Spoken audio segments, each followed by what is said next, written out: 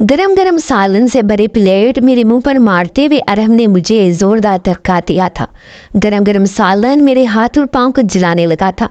मैं दर्द और तकलीफ से तड़प रही थी, लेकिन अरहम को मुझ पर तरस नहीं आ रहा था।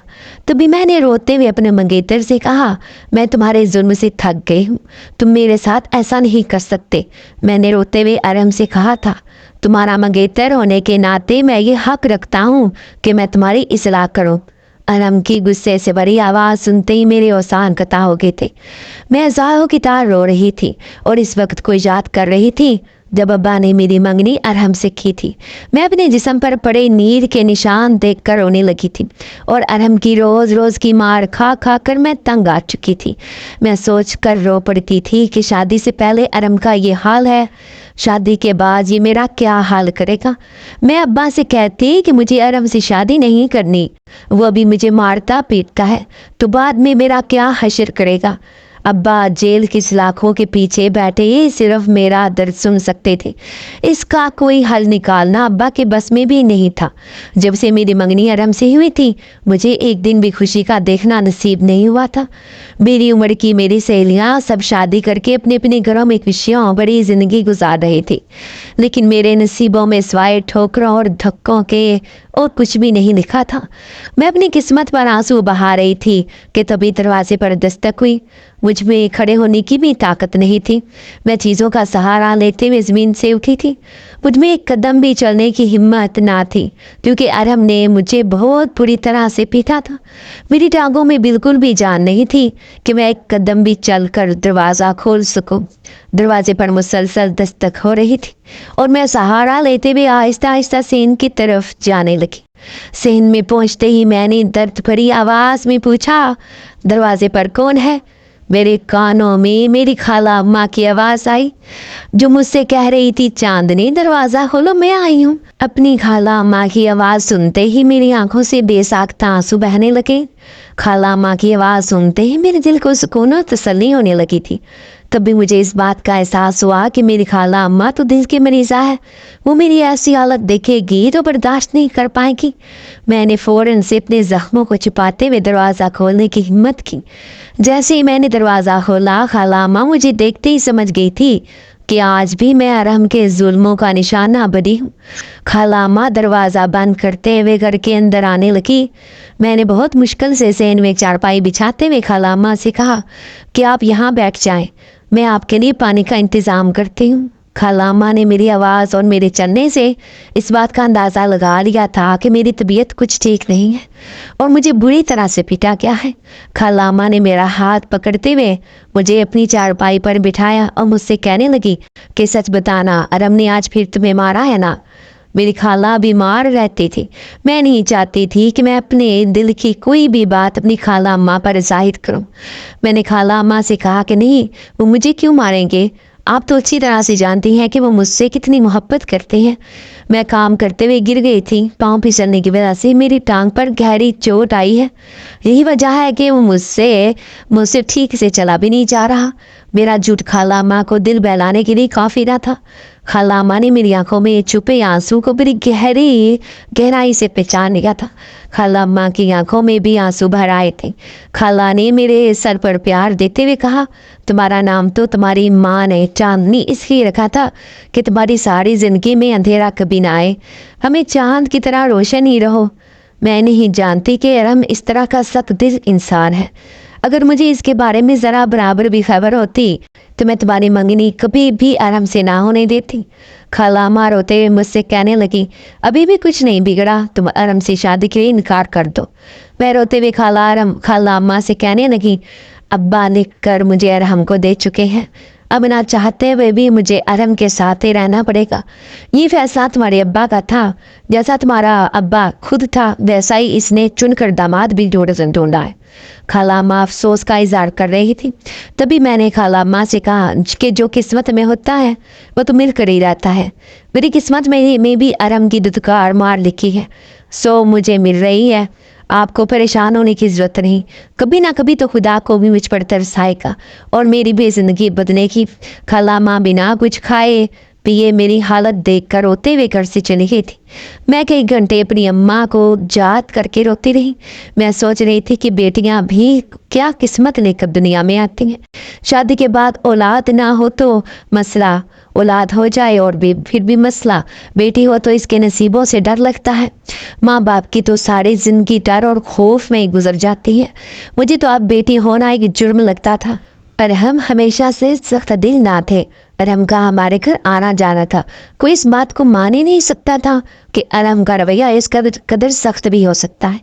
सब मुझे कहते कि शायद काम ना होने की वजह से अरहम मुझसे बेजार रहने लगी। किसी हद तक ये बात ठीक भी थी। काम ना होने की वजह से अक्सर अरहम मुझसे लड़ाई झगड़ा करते नजर आते थे। मैं ये सोच कर रोने लगी कि मैं तो पहले ही बहुत दुखी थी, मेरी तकलीफें तो पहले ही बहुत थी। रही सही कसर मंगेतर के बाद अरहम ने भी पूरी कर दी। मुझे मर्द ज़ात से नफरत होने लगी थी। मेरी आंखों से आंसू निकल रहे थे। मेरी अम्मा ने भी ऐसे ही जिंदगी गुजार दी थी। अब्बा के जुल्मों से सितम सहते सहते अम्मा ने भी अपनी सारी जिंदगी रोते हुए गुजार दी थी। और एक दिन जुल्म सहते सहते अम्मा ने मुझे अकेला छोड़कर हमेशा के लिए अपनी आंखें बंद कर ली थी। मुझे इसी बात का दुख था कि मेरी माँ ने भी दुखों भरी जिंदगी गुजारी थी और आज मेरे दुख भी मुझे एक सुख का सांस नहीं लेने देते थे। सब जानते थे कि जब एक औरत पर जब इसके शोर के जुल्मों सितम का दायरा वसी हो जाता है तो ऐसे दायरे में सांस लेना एक औरत के लिए किस कदर मुश्किल हो जाता है। ऐसे हालात से ही लड़ते लड़ते मेरी माँ चली गई थी। अब खाला अम्मा मुझे तसल्ली देती और समझाती और अक्सर मुझसे कहती कि नमाज पढ़ा करो और अपने हक में दुआ किया करो, बेशक अल्लाह मजलूम की दुआ कबूल करने वाला है। वक्त ऐसे ही गुजरता गया और मेरी मंगनी को 1 साल हो गया, लेकिन मेरे मंगेतर की आदत में ज़रा बराबर भी तब्दीली नहीं आई थी। तभी एक दिन खाला अम्मा मेरे घर आई और मुझसे सरगोशी में एक ऐसी बात कहने लगी जिस पर अमल करने के बाद मेरी ज़िंदगी ने एक नया मोड़ लिया था। मेरा नाम चांदनी है। मैं गांव की रिहायशी हूँ। मैं एक गरीब तबके से ताल्लुक़ रखती हूँ। मेरे अब्बा एक जवारे थे। हमारे हालात हमेशा से ऐसे ना थे। जब अम्मा की शादी हुई तो अब्बा अच्छा खासा कमाते थे और घर को बहुत अच्छे तरीके से चलाना जानते थे। अब्बा का एक दोस्त जो कि बुरे कामों का आदी था, उसने अब्बा को भी आहिस्ता आहिस्ता अपने ही साथ अपने कामों में फंसा दिया था। उसने अब्बा को जुआ खेलने की आदत डाल दी थी। अब्बा ने जो कमाया था वो सब कुछ जुए में हार गए थे, जहाँ तक कि अब्बा ने घर की एक एक चीज़ जुए में हारती थी। यही वजह थी कि आज हमारे घर में फाकों की नौबत आ चुकी थी। घर के हालात देखते हुए अम्मा ने गांव से हटकर शहर में काम ढूंढना शुरू कर दिया था। अम्मा शहर में 3 घरों का काम करने लगी थी। जिन कोठियों का अम्मा काम करती थी वहाँ की आमदन सिर्फ इतनी सी थी कि घर में एक वक्त का खाना पक जाता था। अक्सर अम्मा जब अपनी तनख्वाह लेकर घर आती तो अब्बा अम्मा को मार पीट कर सारी तनख्वाह छीन लेते थे। अम्मा रोती बिलखती रहती, लेकिन अब्बा को अम्मा या मुझ पर कोई तरस नहीं आता था। अब्बा के सर पर तो सिर्फ जुए का भूत सवार था। अब्बा के मुंह को हराम की कमाई लग गई थी और ये ऐसी लत जो थी जो किसी के कहने से नहीं छूट सकती थी। अम्मा ने अब्बा को वो समझाने की कोशिश की कि हमारे कौन से ज़्यादा बच्चे हैं, आ जाकर एक बेटी ही है तो क्या हम अपनी एक बेटी का अच्छा मुस्तकबिल नहीं दे सकते और लोगों की तरह हम अपनी बच्ची को पढ़ा लिखा नहीं सकते। अब अब्बा जब भी अम्मा के मुंह से ऐसी बातें सुनते तो अम्मा को बहुत मारते और कहते कि मुझे मैडम बनकर लेक्चर मत दिया करो। अब्बा को अम्मा की कोई भी बात समझ नहीं आती थी। अम्मा इस वक्त तो रोती थी जब अब्बा का अपने अयाश दोस्त के घर आना जाना शुरू हुआ था। इसकी अपनी ज़िंदगी तो तबाह हो चुकी थी। इसने अब्बा की ज़िंदगी में भी सुकून नहीं रहने दिया था। घर की हर चीज़ बिक चुकी थी, जहाँ तक कि घर का बिस्तर तक भी अब्बा ने बेच दिया था। अम्मा जहाँ काम करती थी वहाँ से एक चटाई लेकर आई थी। अब मैं और अम्मा चटाई पर ही सोया करते थे। ज़मीन पर बिछी चटाई पर मुझे नींद नहीं आती थी। सारी रात रोते गुजर जाती थी। मैं नन्ही सी जहान अम्मा की गोद में ही सोया करती थी। अम्मा सारी रात मुझे अपनी गोद में लेकर चटाई पर बैठी रहती और बैठे बैठे ही सो जाया करती थी। जैसे जैसे मैं बड़ी होती गई अब्बा के जुम्मों से तम घर में बढ़ते ही चले गए थे, इसलिए मुझे अब्बा बिल्कुल भी अच्छे नहीं लगते थे। میں نے کبھی بھی اپنے باپ سے محبت پائی ہی نہیں تھی. میرے باپ کو کبھی بھی میری کسی چیز کی پرواہ ہی نہیں تھی. میری ہر چیز کا خیال میری ماں رکھتی تھی. اس لیے میں اماں پر اپنی جان نچھاور کرتی تھی اور ابا سے کوسوں میل دور بھاگتی تھی. وقت گزرتا گیا اور میں جوان ہونے لگی. اب میں بھی اماں کے ساتھ گھروں کا کام کرنے جایا کرتی تھی. اماں مجھے گھر میں اکیلا نہیں چھوڑ سکتی تھی کیونکہ ابا اکثر اپنے جوانی دوستوں کو گھر لے آیا کرتے تھے اور کئی گھنٹے گھر میں ہی جوا کھیلتے رہتے تھے. اماں اس ڈر خوف سے مجھے گھر نہیں چھوڑتی تھی کیونکہ جب بھی اماں ابا کو سمجھانے کی کوشش کرتی تو ابا اماں کو غصے میں کہتے اپنی زبان کو سنبھال لو، کہیں ایسا نہ ہو کہ ایک دن میں تمہیں اور تمہاری جوان بیٹی کو بھی جوئے میں ہار دو. اماں ابا کی اس بات سے بہت خوفزدہ ہو چکی تھی. وہ اکثر مجھے سمجھاتی کہ تمہارا باپ کسی حد تک بھی جا سکتا ہے اور میں کچھ بھی نہیں کر پاؤں گی، اس لیے بہتر یہی ہے کہ تم میرے ساتھ میری نظروں کے سامنے رہا کرو. اماں مجھے لے کر بہت خوفزدہ ہو گئی تھی. ابا اگر اماں پر نظر رکھ سکتے تھے تو مجھے جوئے میں ہارنا ان کے لیے کون سی مشکل بات تھی. دنیا کی دھتکار اور دھکے کھاتے ہوئے میں جوان تو ہو گئی تھی لیکن مجھے مرد ذات سے سخت نفرت ہو گئی تھی. میں نے اپنے باپ کو اپنی ماں پر ظلم کرتے ہوئے دیکھا تھا. میں بہت اچھے سے جانتی تھی کہ ایک مرد جب حصے پر اترتا ہے تو وہ ہر حد پار کر جاتا ہے. ایسے مرد سے رحم کی کوئی امید نہیں رکھی جا سکتی تھی. میں اور اماں دونوں مل کر اب اچھا خاصا کما لیتی تھی. گھر اپنا تھا اس لیے گھر کے کرائے کی پریشانی نہیں ہوتی تھی. میں اور اماں اسی بات کا شکر ادا کرتی کہ اللہ کا شکر ہے کہ گھر اپنا ہے. اگر گھر کرایہ کا ہوتا تو آج میں اور اماں اس غم کی چکی میں بری طرح سے پس گئی ہوتی. میں اور اماں بھی ابھی کام سے واپس ہی لوٹی تھی کہ دروازے پر زوردار دستک ہوئی. دستک اس قدر خوفناک طریقے سے ہو رہی تھی کہ میرا اور اماں کا دل دہل کر رہ گیا تھا. میں نے اماں کا بازو پکڑتے ہوئے اماں کو دروازہ کھولنے سے منع کیا تھا. اماں بھی بہت زیادہ گھبرا گئی تھی کیونکہ آج سے پہلے کبھی بھی ایسا منظر دیکھنے کو نہیں ملا تھا. چاہے جو کچھ بھی تھا لیکن آج تک ہمارے گھر کا دروازہ ایسے کسی نے نہیں کھٹکھٹایا تھا. ڈرتے ڈرتے اماں صحن کی طرف جانے لگی. جیسے ہی اماں نے صحن میں جا کر پوچھا کہ دروازے پر کون ہے تو ابا کی آواز سنائی تھی جو کہ بے حد خوفزدہ لہجے میں اماں سے کہہ رہے تھے جلدی سے دروازہ کھولو. اماں بہت زیادہ گھبرا گئی تھی. اماں نے بنا کچھ سوچے سمجھے جلدی سے دروازہ کھولنے کی. جیسے اماں نے دروازہ کھولا ابا گھر کے اندر داخل ہوتے ہوئے اماں سے کہنے لگے کنڈی لگا دو، سب دروازے بند کر دو، کوئی اندر نہ آنے پائے. اماں نے پریشانی میں جلدی سے دروازہ بند کیا اور ابا کی طرف نظر ڈالتے ہوئے اماں کی چیخ نکل گئی کیونکہ ابا خون میں لت پت تھے. اماں ابا کو ایسی حالت میں دیکھ کر گھبرا گئی تھی. اماں کی چیخ سنتے ہوئے میری بھی جان نکل گئی تھی. میں جلدی سے کمرے سے دوڑتی ہوئی سے ان کی طرف آئی اور ابا کو دیکھتے ہوئے میرے بھی اوسان قطع ہو گئے تھے. ابا سے چلا نہیں جا رہا تھا. ابا کے جسم پر جگہ جگہ پر گہرے زخم دکھائی دے رہے تھے. میں اور اماں پوری طرح سے ڈر گئی تھی. تبھی اماں نے ابا کو سہارا دیتے ہوئے چٹائی پر بٹھایا اور مجھے گرم پانی کرنے کے لیے کچن میں بھیجا. میں جلدی سے پانی گرم کرنے کے لیے کچن میں چلی گئی اور جیسے ہی میں پانی گرم کر کے لائی اماں گرم پانی سے ابا کے زخموں کو صاف کرتے ہوئے گھر میں پڑا ہوا ایک لیپ ابا کے زخموں پر لگانے لگی تھی. یہ لیپ اماں نے خود تیار کر رکھا تھا کیونکہ جب ابا اماں کو مارتے پیٹتے تھے تو اماں بھی اپنے زخموں پر یہی لیپ لگا کر رکھتی تھی جسے چند ہی گھنٹوں میں اماں کو سکون محسوس ہونے لگتا تھا. میں اماں کے اس قدر پریشانی دیکھ کر زاروں قطار رونے لگی تھی.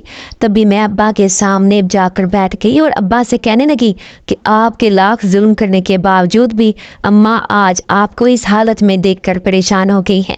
ان کے چہرے کی رنگت ایک دم سے اڑ گئی ہے لیکن آپ کو آج تک میرا یا اماں کا خیال نہیں آیا.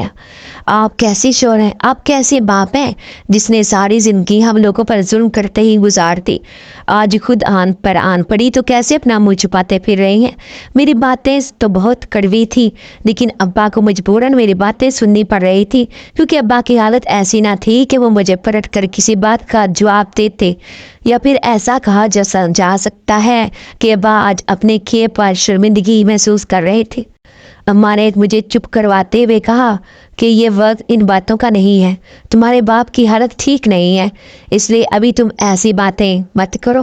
जाओ अपने बाप के लिए खाने को कुछ लेकर आओ। मैं अम्मा की तरफ देखते हुए मुस्कुराने लगी और उठ कर किचन की तरफ जाने लगी थी। मैं दिल में सोच रही थी कि एक औरत अपने शौहर के लिए जान तक निछावर कर जाती है। शौहर जैसा भी हो, औरत सारी ज़िंदगी सर झुकाए अपने शौहर के जुल्मों सितम बर्दाश्त करती रहती है। एक वफादार औरत पाकर भी अगर मर्द अपनी बुरी हरकतों को तर्क ना कर पाए तो इसमें औरत का नहीं मर्द का कसूर होता है। वो मर्द बदकिस्मत होता है जो अपनी वफादार औरत को पाकर भी दर दर की ठोकरें खाता रहता है। ऐसे मर्दों के नसीबों में सिवाय ठोकरों के और कुछ नहीं होता। मेरे दिल में तरह तरह की बातें आ रही थी। मैं किचन से खाना देकर अभी बाहर निकली थी कि सहन में मुझे 2 आदमी दिखाई थी। इन्हें देखते ही मेरी चीखें निकल गई थी। इन आदमियों ने मुझे घेर लिया था। मेरे हाथ से खाने का थाल ज़मीन पर जा गिरा था।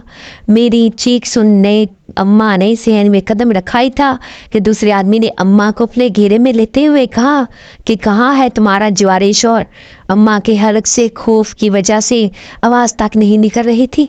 तभी उसने एक ज़ोरदार थप्पड़ अम्मा के मुंह पर मारते हुए कहा, मुझे बताओ तुम्हारा शौहर कहाँ है। अम्मा ने कपकपाती आवाज़ में इस आदमी से कहा कि वो घर पर नहीं है। तभी उसने एक और थप्पड़ अम्मा की गाल पर लगाते हुए कहा कि झूठ बोलती हो, मैंने खुद इसी घर के अंदर आते देखा है। अभी वो दोनों आदमी हमें घेरे हुए थे कि पुलिस के चंद आदमी दीवार फलांग कर करके अंदर दाखिल होते हुए नजर आए। जैसे इन आदमियों ने पुलिस को देखा तो उन्होंने भागने की कोशिश की, मगर इनकी वो कोशिश नाकाम रही थी क्योंकि पुलिस ने हमारे घर को चारों तरफ से घेर दिया था। मैं बहुत खौफजदा हो गई थी। तभी पुलिस ने मुझे और अम्मा को तसल्ली देते हुए कहा, परेशान मत हो, अब कोई खतरा नहीं है।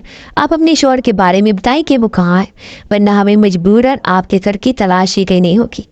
अम्मा ने तो अभी कुछ नहीं बोला था कि बेसाख्ता मैंने पुलिस वाले से कहा कि मेरे अब्बा अंदर बैठे हैं। मेरी बात सुनकर पुलिस वाला अंदर गया और अब्बा को बेहोश पाकर एम्बुलेंस को कॉल करने लगा था। जैसे ही एम्बुलेंस हमारे दरवाजे पर आई, पुलिस वालों ने अब्बा को एम्बुलेंस में डालते हुए हॉस्पिटल में दाखिल करवा दिया था। रात बहुत हो चुकी थी। हम लोगों ने सुबह होने का इंतज़ार किया। जैसे ही सुबह हुई तो अम्मा ने मुझे उठाया, चांदनी उठ जाओ, तुम्हारे अब्बा का पता करने के लिए अस्पताल जाना है। मैं भी हड़बड़ा कर उठ गई थी। रात का वाकया अभी तक मेरे दिलो दिमाग पर छाया हुआ था। मुझे बेहद खौफ और डर महसूस हो रहा था। तभी अम्मा ने मुझे तसल्ली देते हुए कहा कि अब ये सब हालात काबू में है, अब डरने की कोई ज़रूरत नहीं। मुझे तुम्हारे अब्बा की फ़िक्र खाई जा रही है, इसलिए जल्दी से अपनी चादर पकड़ो और मेरे साथ हॉस्पिटल चलो। ना जाने तुम्हारे अब्बा किस हालत में होंगे। मुझे अम्मा पर तरस आ रहा था। इतना कुछ सहने के बाद भी अम्मा को अब्बा की फ़िक्र थी, लेकिन अब्बा के अंदर ज़रा बराबर भी इंसानियत नहीं थी। आज मैं जिन मुश्किलात का सामना करना पड़ रहा था, इन सब के ज़िम्मेदार अब्बा ही थे। अम्मा के बार बार कहने पर मैंने अपनी चादर पकड़ी और अम्मा के साथ हॉस्पिटल जाने के लिए घर से निकली थी। जैसे गली में हमने कदम रखा तो गांव वाले सारे अम्मा से तरह तरह के सवाल करने लगे। अम्मा एकदम से परेशान हो गई थी। तभी चीखते हुए मैंने गांव वालों से कहा कि मदद के लिए तो आप लोगों में से कोई भी बाहर नहीं निकलता, और जब इस तरह की बातें सुनी होती हैं तो तमाशाई बनकर खबरगिरी करने आ जाते हो। मेरी बात सुनते हुए सब गांव वालों ने अब्बा को बहुत बुरा भला कहा। मुझे इस बात का कोई फ़र्क नहीं पड़ता था कि कोई अब्बा को किस अल्फाज से बुलाता था। ये सब बीज अब्बा का ही बोया हुआ था। मैं ये सोचते हुए अम्मा को बाजू पकड़कर अस्पताल के लिए ले जाने लगी। जैसे ही हम हॉस्पिटल पहुंचे तो अब्बा होश में आ चुके थे। अब्बा की हालत पहले से काफ़ी बेहतर थी। अम्मा ने जैसे ही अब्बा का हाल चाल पूछा तो अब्बा बेसाख्ता रोने लगे। अम्मा के हाथ ही आगे हाथ जोड़ कर कहने लगे कि मुझे माफ़ कर दो चांदनी की माँ, मैंने तुम पर बहुत जुल्म किए हैं। आज पहली दफ़ा मैंने अपने अब्बा से अपना नाम सुना था। मेरी रूह ने इस आवाज़ की तासीर को महसूस किया था। पहली दफ़ा अपने बाप के मुंह से अपना नाम सुनते हुए मुझे बेहद खुशी हुई थी। मेरा सारा गुस्सा ठंडा हो चुका था। मैं अब्बा की सारी ज़्यादतियाँ भूलते हुए अब्बा के करीब जाकर बैठ गई और अब्बा से कहने लगी, अब आपकी तबीयत कैसी है। मेरा इतना पूछना था कि अब्बा ने मेरे आगे भी हाथ जोड़ते हुए माफ़ी मांगी। ابا زاروں کی طرح رو رہے تھے اور کہہ رہے تھے کہ مجھے معاف کر دو، میری وجہ سے ہی یہ سب کچھ ہوا ہے۔ اماں ابا کو تسلی دینے لگی اور کہنے لگی کہ آپ جلدی سے ٹھیک ہو کر گھر آ جائیں۔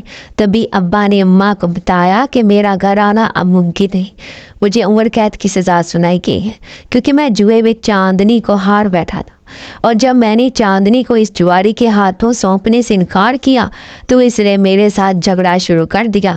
اس جھگڑے میں اس کا بیٹا میرے ہاتھوں سے بہت زخمی ہو گیا تھا اور زخموں کا تاب نہ آتے ہوئے اس کا بیٹا مر گیا، اس لیے اس جرم کی سزا مجھے عمر قید سنائی گئی ہے۔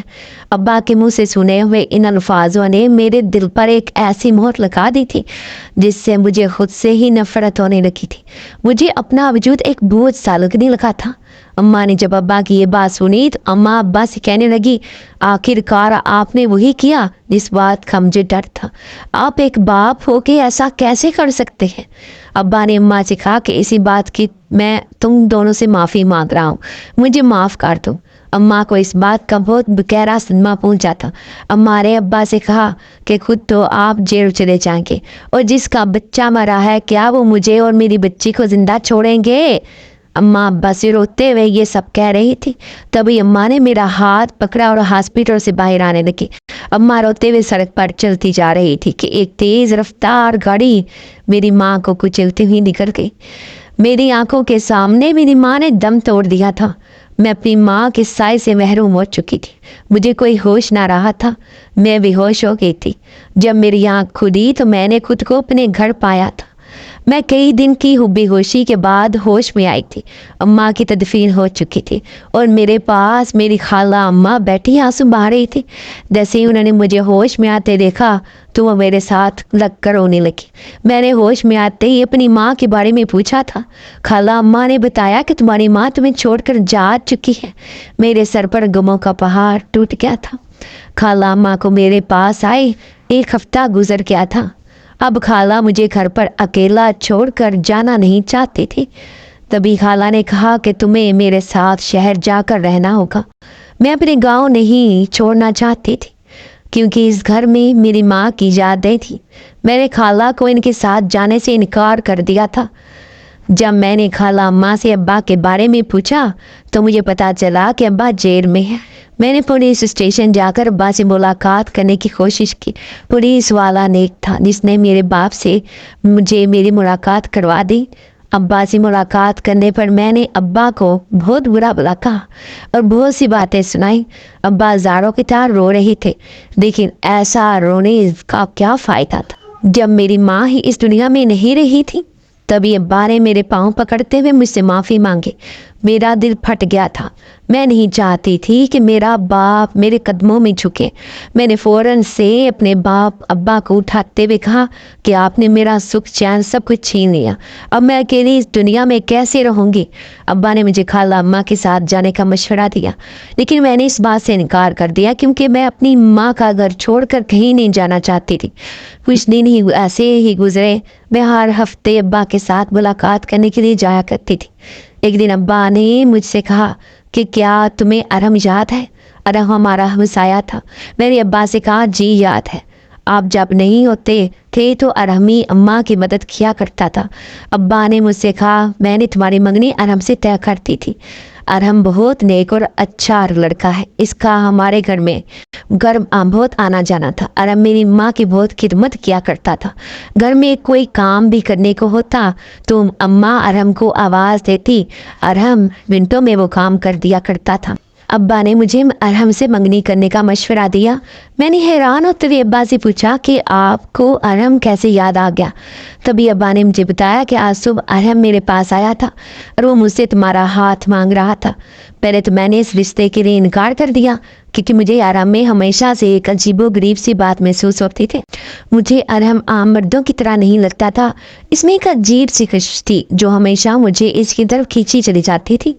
ابا نے میری ارم کے ساتھ منگنی طے کر دی۔ خالہ اماں نے ارم سے میری منگنی کرتے ہوئے ارم کو گھر کی ساری ذمہ داری سونپ دی اور کہا کہ اب جب تک تم دونوں کی شادی نہیں ہو جاتی تب تک چاندنی کا خیال رکھنا۔ तुम्हारी जिम्मेदारी है। शुरू में तो अरहम मेरा बहुत ख्याल रखता था, मगर फिर अचानक से ना जाने अरहम को क्या हो गया कि वो मुझ पर ठीक वैसे ही जुल्म सितम करने लगा जैसे कि अब्बा अम्मा पर किया करते थे। अरहम एक अजीब सी ताकत रखता था। वो मुझे पलक झपकने में झंझोड़ कर रख देता था और मैं इसका कुछ भी नहीं बिगाड़ पाती थी।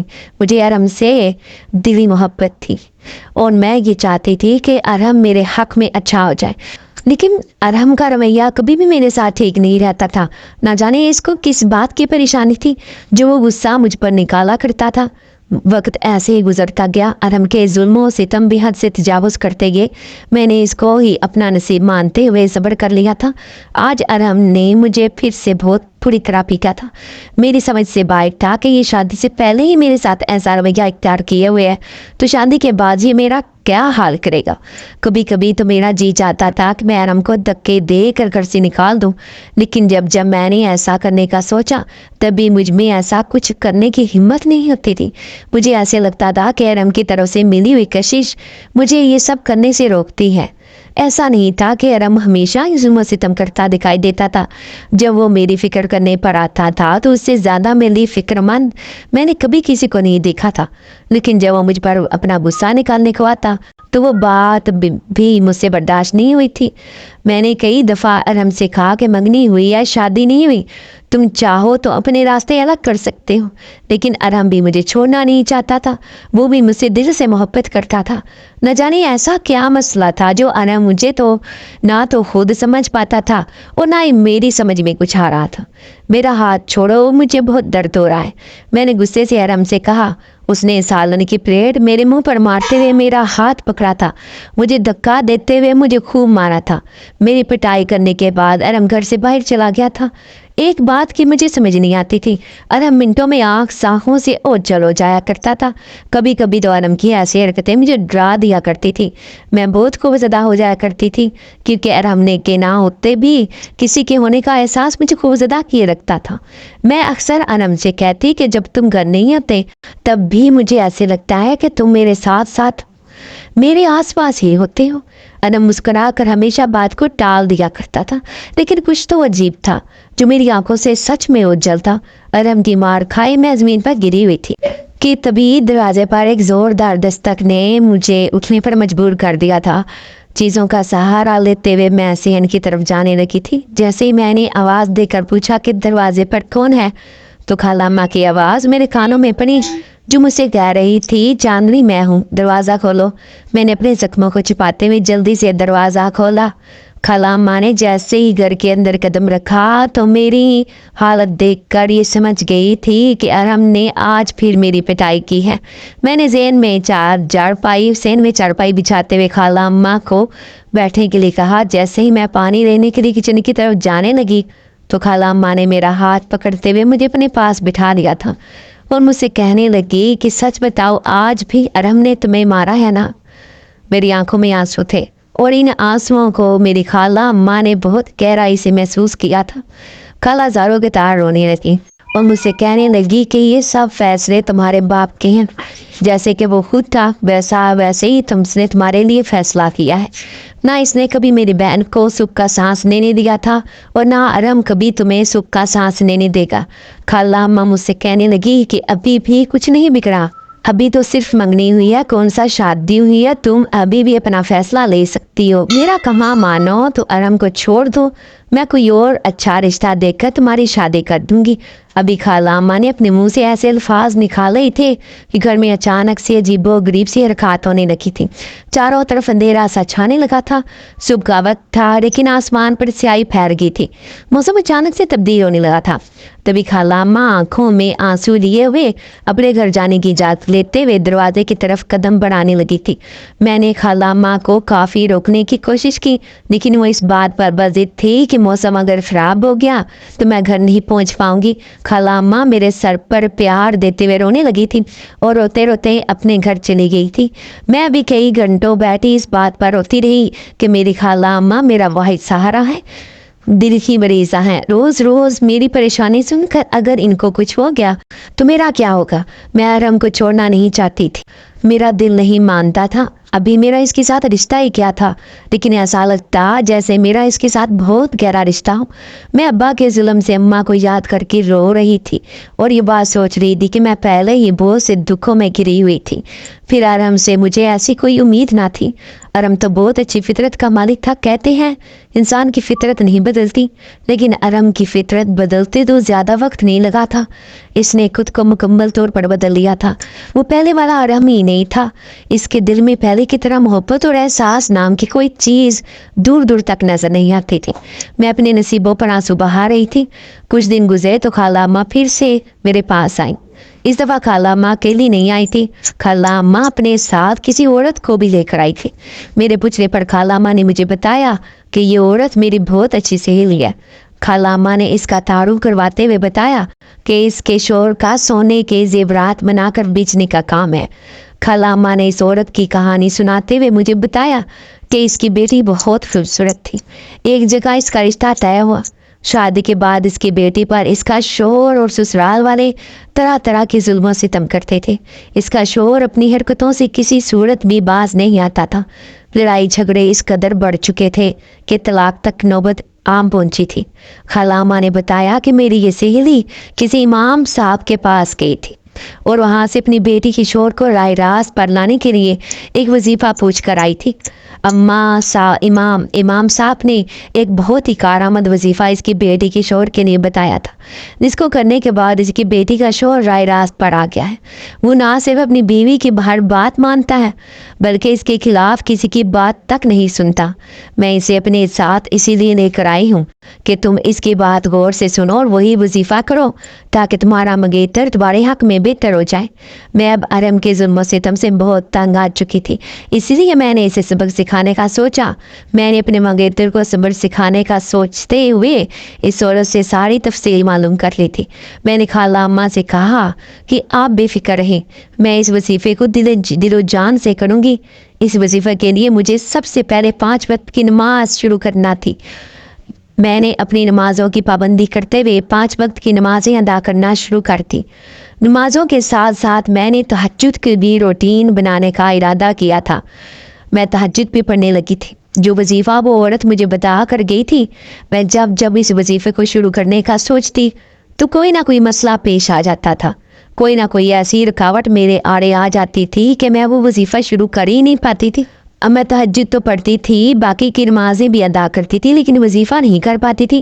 آج جب ارم گھر آیا تو میری طبیعت ٹھیک نہیں تھی۔ ارم نے مجھ سے دن کے وقت لیٹنے کی وجہ پوچھی۔ جیسے ہی میں نے ارم کو اپنی طبیعت کے بارے میں بتایا تو ارم مجھے غصے بڑی نگاہوں سے دیکھنے لگا۔ میں تو اس کی دیکھنے کے انداز سے ہی خوب زدہ ہو جاتی تھی۔ اس کے دیکھنے کا انداز اس قدر عجیب و غریب سا تھا کہ مجھے ڈرا کر رکھ دیتا تھا۔ میں نے آج سے پہلے ارم کی آنکھوں میں اس طرح کا خوف نہیں دیکھا تھا۔ ارم کی آنکھیں عجیب و غریب قسم کا منظر پیش کر رہی تھی۔ وہ اس قدر گھور کر مجھے دیکھ پا رہا تھا کہ میں اس سے نظریں نہیں ملا پا رہی تھی، کیونکہ اس کی آنکھوں سے آنکھیں ملاتے ہوئے مجھے بہت خوف آ رہا تھا۔ میں گھبراتے ہوئے اس کے قریب سے اٹھ کر باہر جانے لگی۔ جیسے میں نے باہر جانے کے لیے کمرے سے باہر قدم رکھا تو اس نے بری طرح سے مجھے بازو سے کھینچتے ہوئے مجھے چارپائی کی طرف دھکیلا تھا۔ آج تو ارم میں مجھے کسی اور کی طاقت محسوس ہو رہی تھی۔ کچھ دیر تک ارم نے اپنا رویہ ایسا ہی رکھا، پھر آج مجھے مارے بغیر وہ گھر سے باہر چلا گیا تھا۔ اس کے گھر سے باہر جاتے ہی میں نے دل میں اس بات کا تہیہ کیا کہ میں یہ وظیفہ شروع کر کے ہی رہوں گی۔ اب میں تہجد ہونے کا انتظار کرنے لگی تھی، کیونکہ میں نے سن رکھا تھا کہ تہجد میں ہر دعا قبول ہوتی ہے۔ اس وقت اللہ آپ کے زیادہ نزدیک ہو کر آپ کی دعاؤں کو قبول کرتا ہے۔ میں نے یہی سوچتے ہوئے تہجد کی نماز ادا کی۔ جب میں نے تہجد ادا کی کر لی تو پھر میں نے اس عورت کے بتائے ہوئے وظیفے کو کرنے کا ارادہ کیا۔ میں اپنے مکمل ارادے کے ساتھ قرآن پاک کھول کر جائے نماز پر بیٹھ گئی تھی۔ وہ سورۃ جن کی تلاوت کرنے لگی۔ میں نے اپنے پاس مٹی کا ایک پیالہ رکھا تھا جو پانی سے بھرا ہوا تھا۔ اس پیالے پر میں سورۃ جن کی تلاوت کر کے پھونک مار رہی تھی۔ اس عورت کے مطابق مجھے 7 دفعہ سورۃ جن کی تلاوت کرنی تھی اور 7 دفعہ ہی اس مٹی کے कच्चे कच्चे प्याले में पड़े पानी पर फूंक मारनी थी। मैंने अमल ऐसे ही किया। ये अमल 21 दिन का था और मुझे मुसलसल 21 दिन इस अमल को करना था। मैं बिना घबराए पूरे यकीन और एतमाद के साथ अमल करने लग गई थी। जैसे ही मेरे 21 दिन पूरे हुए तो मैंने सूरज का दम किया हुआ पानी अपने मंगेतर पर फेंका। जैसे ही मैंने वो दम किया हुआ पानी अपने मंगेतर पर फेंका तो अरहम का चेहरा देखते ही देखते तब्दील होने लगा था। वो एक ऐसी खौफनाक सी शक्ल इख्तियार कर गया कि इसे देखते हुए मेरा दिल दहल कर रह गया था। मैं खौफ के मारे चीखें मारने लगी थी क्योंकि अरहम बिल्कुल ही बदल चुका था। इसका अपना चेहरा अपना नहीं रहा था, वो एक अजीब सी मखलूक में तब्दील हो गया था। पानी इसके जिस्म पर गिरते ही वो तड़पने लगा था। मैं इसकी इस तड़प की वजह नहीं जानती थी। तभी मुझे कुछ देर बाद इस पानी का असर कम होता महसूस हुआ। अरहम ने मुझसे अपनी असली हालत में आकर मेरे सामने खड़ा हो गया और मुझसे कहने लगा कि मैं तुम्हारा ये एहसान जिंदगी भर नहीं भूलूंगा। मैं एक जिनज़ादा हूँ और तुमने सूरज जिन की तरावत करके मुझ पर जो पानी फेंका, इसके नतीजे में मैं अपनी असल हालत में आ गया हूँ और मैं बहुत खुश होने के साथ साथ तुम्हारा शुक्रगुजार हूँ। अरहम की बात सुनकर मेरे तो पाँव तले से ज़मीन ही निकल गई थी। मुझे कुछ समझ नहीं आ रही थी कि अब मैं क्या करूं। मैंने खौफ के मारे सामने खड़ी मखलूक से दूर हटते हुए कहा कि कौन हो तुम और मेरा मंगेतर कहाँ पर है। वो मुसलसल मुझसे कहने लगा कि मैं ही तुम्हारा मंगेतर हूँ, मेरा नाम ही अरब है, लेकिन मैं एक जिनज़ादा हूँ और तुमने अपना पड़ा हुआ पानी मुझ पर फेंक कर मेरी असलियत जान ली है। कुछ देर बाद वो दोबारा से इंसानी शक्ल इख्तियार करने लगा था। अब मुझे इस बात का मुकम्मल तौर पर यकीन हो गया था कि अरहम एक इंसानी मखलूक नहीं बल्कि एक जिन्नाती मखलूक से ताल्लुक़ रखता है। मैं अरहम से बेहद खौफज़दा हो गई थी। तभी अरहम ने मेरा शुक्रिया अदा करते हुए मुझसे कहा कि तुम्हारा बहुत बहुत ज़्यादा शुक्रिया, आज तुम्हारे फेंके हुए पानी से मुझे दोबारा ज़िंदगी मिल गई है। मैं इसकी बात सुनकर हैरान हो गई थी। उसने मुझे बताया कि मैं कोकाफ के शहंशाह जिन्नात का इकलौता बेटा हूँ। कोकाफ पर रहते हुए मुझसे एक ऐसी गुस्ताखी हो गई थी कि जिसकी सज़ा के तौर पर मुझे ज़मीन पर भेज दिया गया था और मुझे इंसानी फितरत में रहने का हुक्म दिया गया था। मैं तब तक इंसानी फितरत इख्तियार किए हुए रखता जब तक मुझसे मोहब्बत करने वाली या कोई करने वाला मेरे ऊपर सूरज की तिलावत करके पानी ना फेंकता, तक मैं अपनी इस फितरत को नहीं छोड़ सकता था। यही वजह थी कि मैं इंसान की फितरत इख्तियार किए हुए तुम पर जुल्म सितम करता रहा। इंसानी फितरत इतनी है कि इंसान पल में तो तोड़ा और पल में माशा हो जाता है। मेरे अंदर भी सजा के तौर पर इस फितरत को डाल दिया गया था। अरहम की दास्तान सुनते हुए मेरा तो दिल ही कांप उठा था। मैं इससे बहुत ज़्यादा डर रही थी। तभी अरहम ने मेरे पास बैठते हुए अपने हाथ जोड़े और मुझसे कहने लगा, मैं आज जो कुछ भी हूँ तुम्हारी वजह से हूँ। आज तुम्हारी वजह से मुझे दोबारा ज़िंदगी मिली है। मैं दोबारा लौट कर कोकाफ नहीं जाना चाहता। मैं तुमसे बेइंतहा मोहब्बत करता हूँ और मैं तुमसे शादी करना चाहता हूँ। मैं अरहम की बात सुनकर परेशान थी। मैंने डरते हुए अरहम से कहा कि अगर मैं तुमसे शादी करने से इनकार कर दूँ तो क्या तुम मुझे खा जाओगे? अरहम मुस्कुराने लगा और कहने लगा कि मैं तुम्हें क्यों कर खाऊंगा। मैंने सुन रखा था कि जिन्नात इंसानों को खा जाते हैं, ख़ासकर इन इंसानों को जो इनका कहा नहीं मानते। अरहम ने एक ज़ोरदार कहका लगाया था। वो मुझसे कहने लगा कि ये सब कुछ कहानियों में होता है, असलियत में ऐसा कुछ नहीं होता। मैं नेक जिनजात से ताल्लुक़ रखता हूँ, इसलिए मैं हमेशा लोगों की मदद करने में ही मसरूफ़ रहता था। मुझे एक छोटी सी गलती की वजह से मुझे इंसानी फितरत का ढांचा बनाकर ज़मीन पर भेज दिया गया था। मेरे पूछने पर अरहम ने मुझे बताया कि इंसान की फितरत है झूठ बोलना।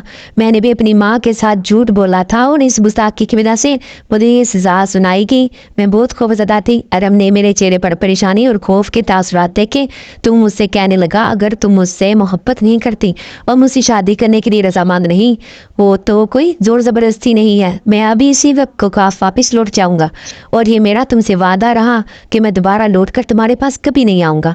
अरहम की आंखों में आंसू थे। मैंने इसकी तकलीफ़ को दिल से महसूस किया था। मैं भी इसे मोहब्बत करती थी। तभी मैंने अरहम से एक वादा लिया था, वादा करो कि दोबारा कभी भी अपनी जिन्नाती शक्ल में नहीं आओगे और दोबारा मुझे छोड़कर जाने की बात नहीं करोगे। अरहम ने मेरे मुँह से ये अल्फाज सुने, इसकी खुशी की कोई इंतहा ना रही थी। इसने मुझसे वादा किया कि वो कभी भी वापस नहीं जाएगा और ना ही कभी अपनी जिन्नात की शक्ल में आएगा।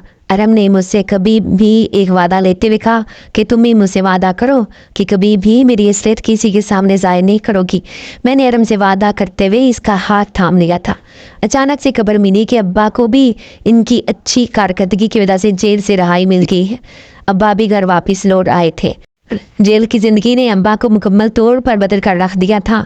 मैंने आज से पहले कभी भी अपने बाप की निगाहों में अपने लिए ऐसी मोहब्बत नहीं देखी थी जो मुझे अब देखने को मिल रही थी। अब्बा के घर लौट आने के बाद नरम ने अब्बा से मेरी और अपनी शादी की बात की। अब्बा ने मुझसे मेरी रजामंदी पूछते हुए मेरी शादी अरहम के साथ फिक्स कर दी थी। मेरी शादी बहुत धूमधाम से की गई और मैं रुखसत होकर अपनी शोहर के घर चली गई। जाते हुए खाला ने मुझसे वजीफ़े के बारे में पूछा। मैंने कहा कि इस वजीफ़े का ये असर है कि आज मैं अरम की शरीक हयात बनकर इसके घर हमेशा के लिए जा रही हूँ। उम्मीद है कि दोबारा आपको शिकायत का मौका नहीं दूंगी और आपको मेरी तरफ से हमेशा खुशी की खबर ही सुनने को मिलेगी। मेरे अल्फाज सुनते हुए खाला माँ की आंखों से आंसू बहने लगे थे। मैंने रोने की वजह जानना चाही तो मुझसे कहने लगी कि ये तो खुशी के आंसू हैं। मेरी बहन की रूह भी आज तुम्हें खुश देखकर खुश हो गई होगी। मेरे लिए ये किसी खुशी से कम नहीं कि मेरी भांजी अपने घर में खुशियों भरी जिंदगी गुजारे। खलामा ने मेरा हाथ थामा। चूमते हुए अरम के साथ मुझे रुखसत कर दिया गया। अब जिंदगी जीने का मजा आ रहा था। अरम ने मुझे इस कदर मोहब्बत और इज्जत से नवाजा था कि मुझे खुद पर रश्क होने लगा था। मैं अपने शोहर के साथ एक खुशगवार जिंदगी गुजारने लगी थी। अरम हमेशा मेरा शुक्रिया अदा करता और मुझसे कहता कि अगर तुम ना होती तो शायद मैं इसी इंसानी फितरत के जाल में फंसा रहता, सारी जिंदगी गुजार देता, क्योंकि मैं खुद से इस जाल से नहीं निकाल सकता था। तुम्हारी की गई नेकी मेरे काम आ गई। वो मेरा हाथ चूमता और मुझसे कहता कि तुम जैसा जीवन साथी पाकर मैं अपने परवरदिगार का बेहद शुक्रगुजार हूँ कि जिसने तुम जैसी बीवी से नवाजा। शादी को 1 साल ही हुआ था कि अल्लाह ताला ने मुझे और अरम को चांद से 2 जुड़वा बेटों से नवाजा था। आज मैं अपने शोहर और अपने बच्चों के साथ तमाम खुशियाँ लिए ज़िंदगी गुजार रही हूँ। हाँ तो डियर व्यूअर्स, आप उम्मीद करती हूँ आपको ये कहानी बहुत अच्छी लगी होगी। इस वीडियो को जल्दी से लाइक कर लो और जाने से पहले अपने चैनल को जरूर सब्सक्राइब कर लेना है ताकि मेरी हर आने वाली वीडियो आप तक लाजमी से पहुँच सके। तो अपनी दुआ में याद रखिएगा, अपना बहुत सा ख्याल रखिएगा। ओके, अल्लाह हाफिज़।